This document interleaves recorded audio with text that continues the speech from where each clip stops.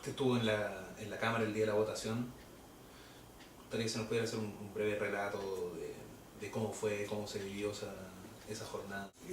Fue un día solemne, que todo el país estaba pendiente.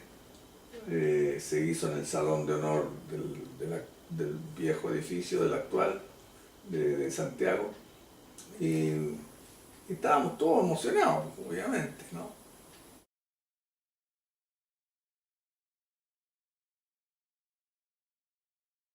O sea, se partió de la base de que con el compromiso de la DC, compromiso tanto del programa de Tomich como el mantenimiento de esa misma línea, ellos aprobaban lo fundamental, por lo menos los aspectos fundamentales de la legislación.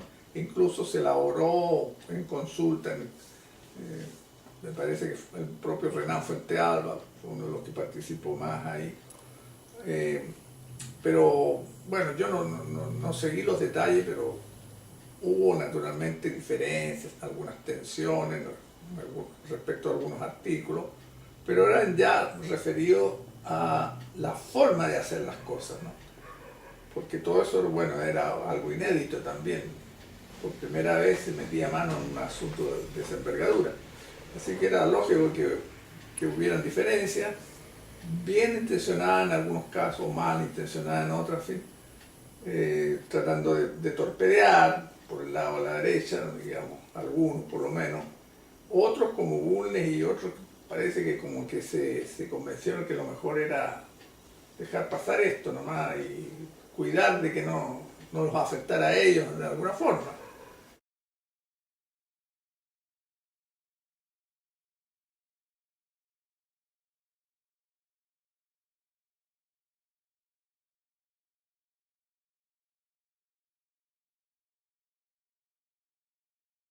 Hay que imaginarse, digo yo, si hubiéramos tenido una oposición normal dentro de la Constitución, el gobierno Allende habría, no solo no habría sido derrocado, sino que tenía todas las posibilidades de reelegirse y ganar una mayoría, efectivamente. Pero bueno, vino la lucha encendida con todo, digamos, y con la finalidad por parte de la derecha y de los norteamericanos de acabar con esto, que no se podía dejar sentado el precedente. Un país como Chile se encaminaba por otra ruta, es muy estratégico el tema. Y cambió la táctica y bueno, y entonces se ganaron a la democracia cristiana por deficiencias nuestras, por las divisiones, por los errores de los sectores más ultras. Creo que ahí tuvo la esencia, digamos, de la falla por la cual no pudimos afrontar la situación. Fallamos.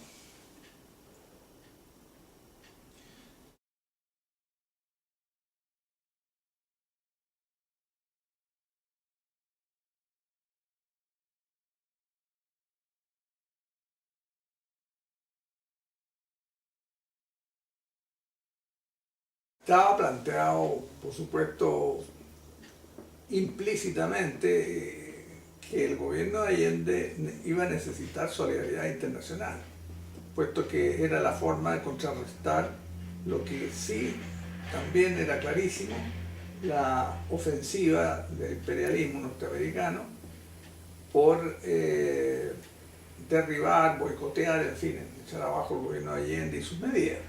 O sea, era una respuesta. Y la delegación que participó en esto estuvo presidida por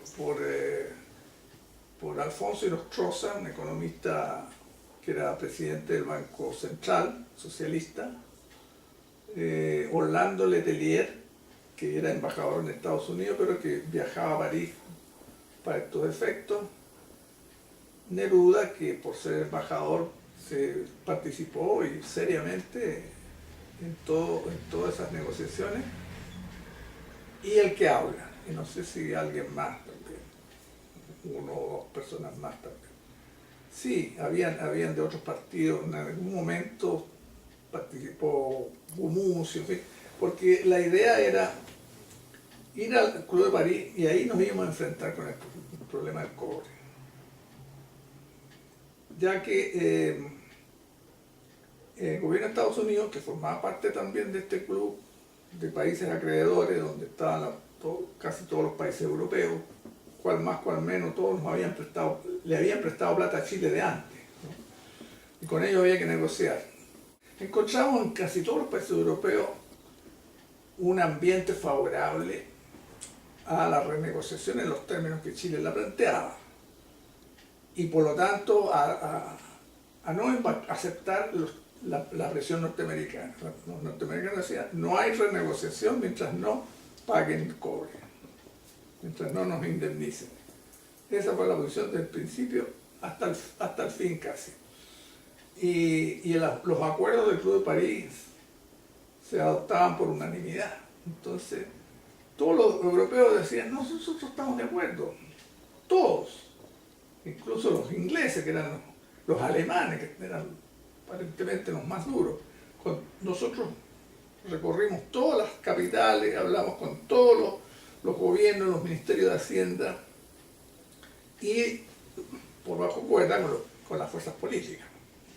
Entonces los yanquis fueron, sí, muy duros en las reuniones del Club de París, insistían que no. Y al fin hubo que maniobrar, de hacer algunas cosas ahí. Allende estuvo de acuerdo, yo también, varios estuvimos de acuerdo, a diferencia de nuestro querido amigo, el profesor Novoa, jurista de gran prestigio, pero que tenía una visión muy cerrada en esta cuestión, no quería ceder un ápice. Había que redactar una declaración en que Chile, digamos, aceptaba la negociación y sobre el cobre tenía que decir algo, sin decir nada. O sea, de eso se trataba, ¿no? En general, ahora yo en ese entonces ya pensaba, el propio Allende, pero tenía otras personas que pensaban distintos. Creía que había que ser más flexibles, ¿sí? Darle a los gringos un poco de pagar algo. Pagar algo, claro. Sino, lo que estaba en juego era mucho más grande.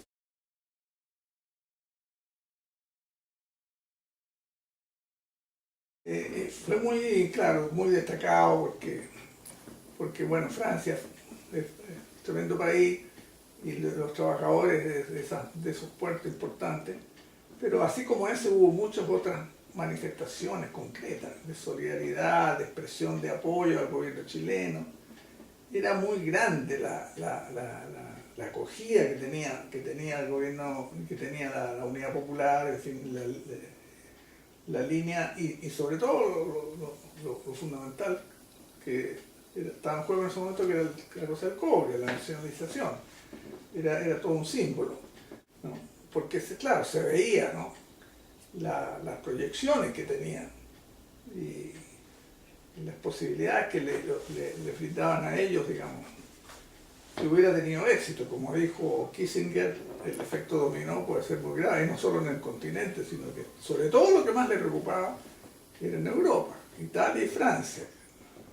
Por lo menos Italia y Francia, que eran países que estaban en camino de constituir especies de unidad popular.